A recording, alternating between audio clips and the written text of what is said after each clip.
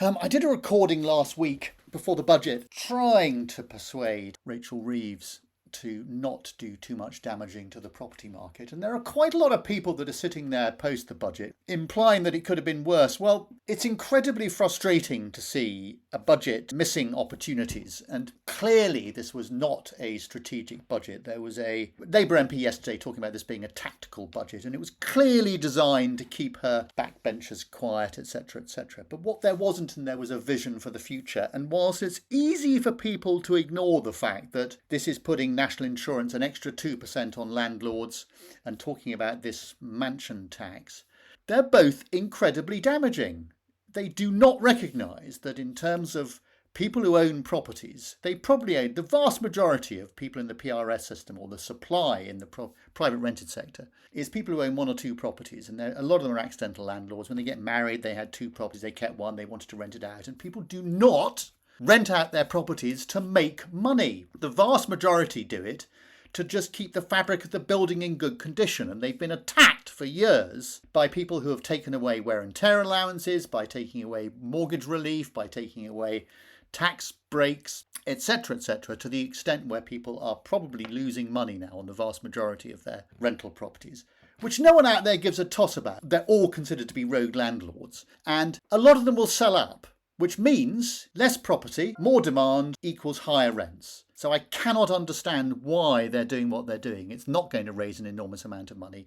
And I do suspect it'll be the straw that breaks the camel's back. Then there's the £2 million. Everyone goes, oh, who gives a toss about people who've got £2 million, £5 million properties? Wrong. It's so stupid of people to think like that. People move into big properties or more expensive properties, not because they need to. It's an aspirational market. God, talk about a budget to kill aspiration.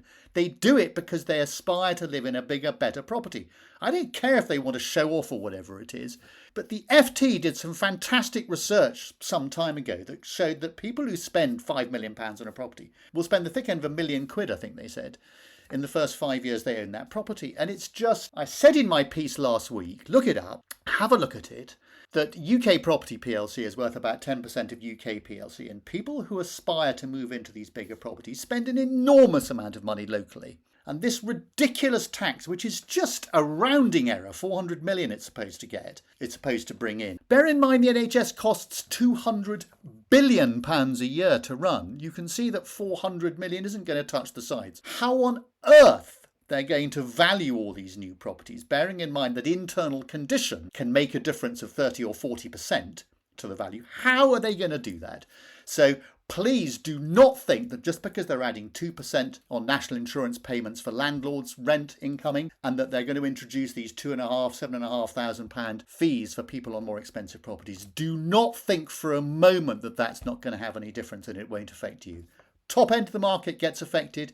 It goes all the way down. The effect is there for everybody. So sad to see what is a missed opportunity in terms of this budget, but I'm just talking about the property implications, and they're nowhere near as insignificant or as innocuous as you might think they are.